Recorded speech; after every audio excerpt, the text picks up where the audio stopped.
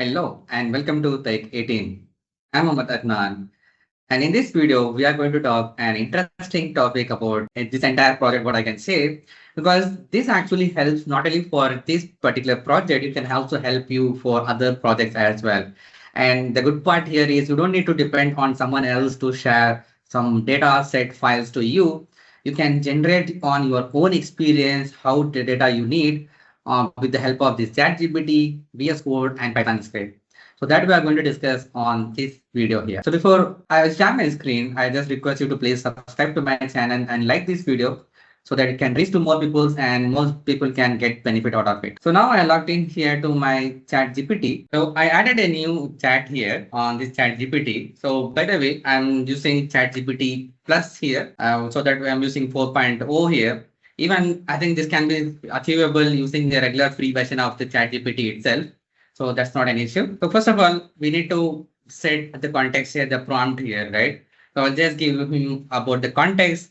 This is how it regularly it has to work. So you are an expert in Microsoft Fabric and handling IoT devices, particularly in Azure, using Azure Portal. I need your help. It can be, it's actually, I'm writing it in on my own term. We can also customize that, but the context has to be very clear in order for this LLM, the ChatGPT to understand what we're actually looking for and what this particular chat which I open here, what is the purpose of that. So I need your help in order to generate a machine data using Python code, which can send the details every 10 seconds to my Azure IoT Hub, IoT device. So give me a sample code for this, script for this, Python script for this. So this is what I have written, right? So you are an expert in Fabric and handling IoT devices, particularly in Azure Portal. I'm just setting up the context, what the knowledge has to be for this particular chat. I need your help in order to generate a machine data using Python code, which can send the details to every 10 seconds to my Azure IoT devices. I'm just filling up all the required information here. Maybe it can understand, it may not be. Let's see how this gives the response here. So give me sample data Python script for this. Here just understand what is saying. Here is the Python script to simulate machine data and send it to Azure IoT Hub device every 10 seconds. The script uses Azure IoT device library provided by Microsoft for interaction with the IoT Hub. So first of all, we need to install this Azure IoT devices. You just need to make sure that's what we have still mentioned on the previous introduction videos, and then replace the device connection string with your Azure IoT Hub connection strings. And this is the entire script it has given here. It has given a machine one, temperature, pressure, power consumption, and timestamp. These three things are actually I covered on the video as well. So here this is actually sending this information on every 10 seconds here. So this giving key details here, IoT device connection string, obtain it from Azure Portal IoT device section. Replace this connection string and generate machine data, which is showing up here temperature, pressure, and power consumption, and timestamp is added, which is required, and data transmission send it to Azure IoT Hub every 10 seconds. And to stop, you can use Control C in VS Code here. So this is what it is giving up the clear information. Now let's open up VS Code. If you don't have VS Code, I highly recommend you use that because it is light software and it is actually has a lot of potential. So I'd like to open this VS Code, Visual Studio Code here. That's the full name. And you can also click on the files here and then new file. Once you click on that, it will ask you about what is this file. If you just click on this Python file here, click here and click here, new file, Python. It has opened up this new Python code. You can just close all the unnecessary windows here so that you can have a clarity about this one. All right. So just copy the first one, which is pip install device. I think it has to be available on my devices, but here you can just open the terminal, which is view, open the terminal and then new terminal here.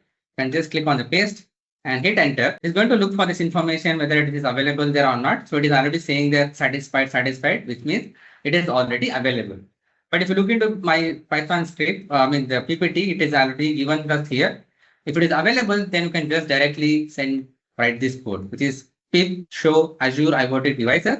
Hit enter, it is giving me the version, what the installation of this device here. So now this is done. So if I go to the chat here, it has given me this Python script. I can just click on this copy code and then write it here, Python code. So it is just giving me all this information, and only there are certain two places where I need to change. One is the connection string And the next thing here is a machine name. So we need to check this connection string here. For that, we need to go to Azure Portal, and then I need to go Azure IoT Hub, and this is the IoT Hub which we created. And inside of this, we have a devices, and these devices we can select this device which we created here, and then copy this name here and add it here, the machine 01. And the connection string we need to get it from here, primary connection string. Just copy this one and then paste here. That's it. If I just go through this one code, if you just go through this code, what it is saying up here, which is some importing some libraries here, and then connection string, and then adding up these machines here, and sending all this information to Azure IoT device here every 10 seconds. So now if I click on run, this is now starting to send this information. As you can see, every 10 seconds, this is going to send that information here. So 10 seconds seems to be bigger for this particular demo. So I'll just click Control C so that it can stop this here. You need to click on this particular area and then click on Control C. So let me change this here to every 2 seconds. Save this one and click on run again. So it is sending this information for now and then sending this every 2 seconds here. So now let's go to this Azure Portal, and then if I click on this Azure IoT Hub, and if I go inside to this one, here it is giving us the information that data is sending up here. That's really quick, right? We are getting this information at the real go. So I'll just select this parameter to be 1 hour so that we can get this clarity about this. So this is basically showing up here in UTC. So that's the reason. If I click on see here, this is going up daily limit here. This one, I think I used the standard version. So that's the reason. If I click on refresh, it is giving me a number of messages used here, which is showing up here 4. If I click on refresh, now number of message used here 5. That's fine. It is actually sending this Python script from sending the data from my local machine to directly to Azure IoT Hub. Total number of messages used maximum here at the time go. This is one device which I added here. Every 10 seconds, 2 seconds, it is sending those information here. That's really cool. So this is how you can able to send this information from local to Azure IoT Hub. So I'd like to cancel this one, but still I want to show you some more things. Just wait for a few seconds. All right. So if I click on this here, number of messages, daily messages, everything looks good. Basic tier I used here, not the free tier. So that's the reason. And I may not be able to also change this here. Yeah, that's it. You can be able to upgrade here, but we cannot able to downgrade once it is created here. Okay, that's cool. So we use these many things here. As it is showing up here now after the refresh here, even though this will take a little bit time to show up the metric here, but the transactions actually happening at the real time. So totally we have just sent here 33 messages for now. That's cool. Okay, what else remains on this one? Okay, the one thing which I would like to show here is in your real use case, it is not going to be one single device. It can be hundreds of devices which you want to do this kind of thing. So for that, if you want to do multiple things, I have the one script here, which I'm using up here for 3 different machines, which is the cutting machines, heat setting, and toe cap. For all these devices, we need to log into Azure Portal and then look for the device and get the primary connection string and paste it here. So once it is done, then here the generated code, it is showing up here. This is actually a parameter. You can ask ChatGPT about that, like you are using multiple devices. But wait, I will show you here. So now this works good, works well. Can you help me help me the same code rewrite for 3 devices, like 4 devices. I just use this one. So they are now doing the modification here. Now it is asking about 4 different connection strings, and then it is asking about this string that's a client thing, and it is just defining one schema here, and that schema is actually being repeated here based on this device ID here. That's really cool. So if you have a kind of multiple schemas for every machine, because not every machine can have the same type of metric, but if it differs, then also you can set that. So this is basically the machine data, which I mentioned here, and this is the heat setting, and this is basically the toe cap here. So there are certain different metrics available for each and every device. You can also define that customizable. And then you can use here data generator and loop this information so that it can run based on your frequency. It can be 5 seconds, it can be 10 seconds. So this is how you can able to use ChatGPT in order to get the data, whatever you need here. But I just want to show you one more thing. So this is fine if you are using the real-time data. So what if you want to have also some historical data? For that, you also need some Python script, right? You can also ask that here.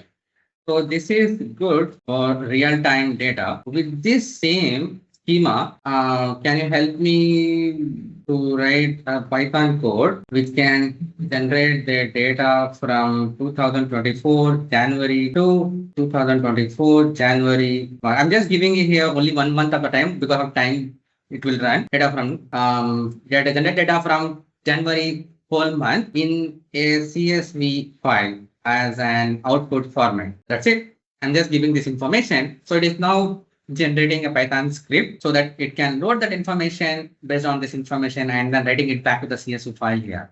That is really amazing. So in order to test this one, it has given the script here. Let me copy this code and go back to my VS Code, clicking here new and new file.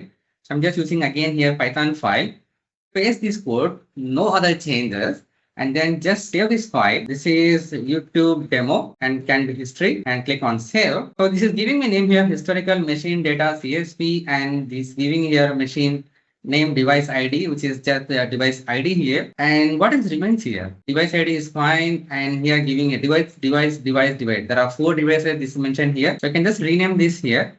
And then it is giving me a machine ID, temperature, pressure, power consumption, and timestamp. And this is going to be saved output. We can look into that later stage. So I'd like just give it a rename here, only for the device name, Adnan Mobile, just for testing purpose. And then click on run here. So it has executed this Python code successfully and data has successfully turned to historical machine data.csv. This is amazing, right? Oh, that's really good. So now let's go back to my download folder. It is good that I didn't find where the file is in the demo itself. Now I can just ask this one. The code works fine. Can you change the destination to be in the download folder? So it's just going to rewrite this script here and then give this information here. So now it's changing up here path. So once it is done, after the completion of this code generation, you can copy code here. So copy this code and then coming back here, import this one without any changes. Now only changes here and then save this one and click on run. This is done successfully. Let's go back to the download folder now. Yeah, you can see on the top you have a history machine data. If I click here so that it can open the CSV, and now this has given me the details here, which is machine device 1, device 2, device 3, device 4, and temperature, pressure, consumption, which is date here, which starts from January 1st till this January 31st. That's an amazing. For every day, it has given a one record and it has given me here every device here. Now you might think about why this is not giving here Adnan mobile instead of device 1. The reason is because I just copied the code back again from ChatGPT and now I didn't change that while generating this one here. So that's the reason you can see this is still showing up here device 1. But this is just a kind of idea about how you can generate whatever data you want here, right? So is it actually matching what I initially mentioned, that you don't need to depend on anyone else to share the data? You can just ask ChatGPT and you can generate the data based on your need here. See, just as an example for this video, I'm just showing up here. The possibilities are endless. So based on your experience, whether you have an experience in call center, you have an experience in manufacturing, you have an experience in sales, whatever it is, you can just ask the questions and it can help you generate the data accordingly here. So this is really amazing, right? So if you like this video and you learned something new, just let me know in the comment section below, and also like this video and subscribe to my channel so that you can get more reach out of it. Thanks for watching. See you in the next video.